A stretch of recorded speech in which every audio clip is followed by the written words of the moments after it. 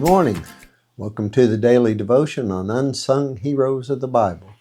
My mug for today, it's going to be hard to see. It says Atlanta on it.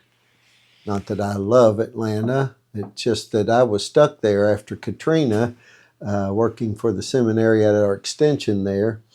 And I remember to pray for the city of Atlanta when I use that mug. Well, our unsung hero for today is Phinehas. He was a zealous defender of the holiness of God. Some heroes fight battles with swords and others with wisdom, some with their faithfulness. Phinehas, who is the grandson of Aaron, he wasn't a king or a prophet, but he did make a bold stand against sin and Israel and saved Israel from destruction because of it.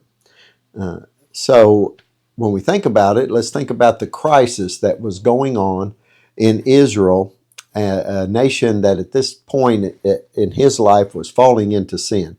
Numbers chapter 25 says, "While Israel lived in Shittim, the people began to whore with the daughters of Moab.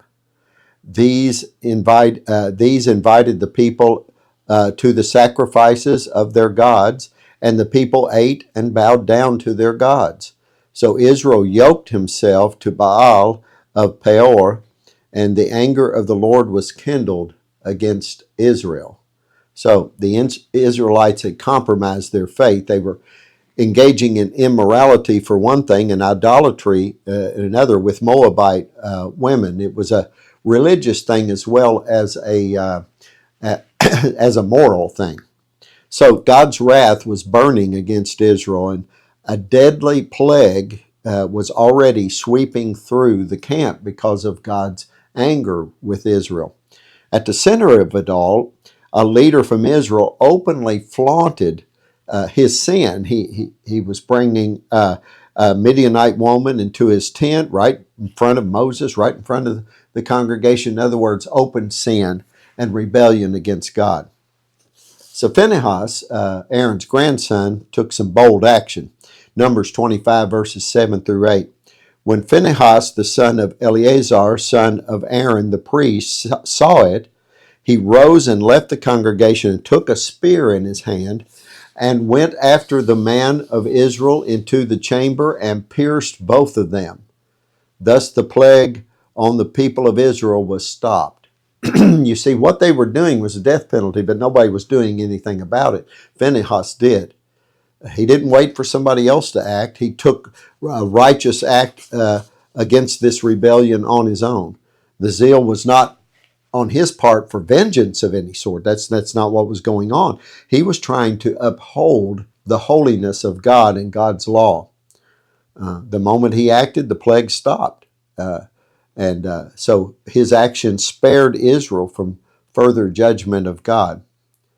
There's a lesson in this from this unsung hero, and that is sometimes standing for God requires some bold, decisive action against sin. Now, I'm not talking about killing people. This was the law of their land. You always abide by the law. But here we find God's covenant of peace in Phinehas as well. I don't want to show him only in the light of somebody who took this brave action with a spear. In Numbers 25, 11 through 13, it says, "Phinehas has turned back my wrath from the people of Israel. Therefore say, Behold, I give to him my covenant of peace, and it shall be to him and his descendants after him the covenant of perpetual priesthood, because he was zealous for his God and made atonement for the people of Israel." So God honored Phinehas for his zeal, giving him a lasting priesthood in his family. His action restored Israel's relationship in a time of crisis. He is remembered as a man of righteousness, willing to act when others just stood by. We learn from this that God honors those who uphold his righteousness and his pure motives. Phinehas has a later legacy as well. In Joshua chapter 22, we find it says, Phinehas the priest said, "Today we know that the Lord is in our midst because you have not committed this breach of faith against the Lord." So we find him at this point being a peacemaker. When a misunderstanding nearly led to war in that among the Israelite tribes, Phinehas is a peacemaker. He'd become a leader known for both his zeal, as we'd seen before, but his wisdom, his work for ensuring unity among God's people, and his faithfulness continued beyond a single moment. He remained a steadfast leader in Israel. See, a true servant of God stands firm in the truth, but also seeks reconciliation. Phinehas seemed to be that type of person. He wasn't a prophet. He wasn't a king. He was just a priest who refused to be passive.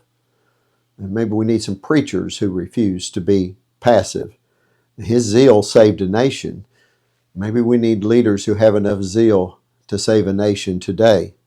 And his faithfulness leaves a legacy. In a world of compromise in which we live, let's take note of this unsung hero of Phinehas.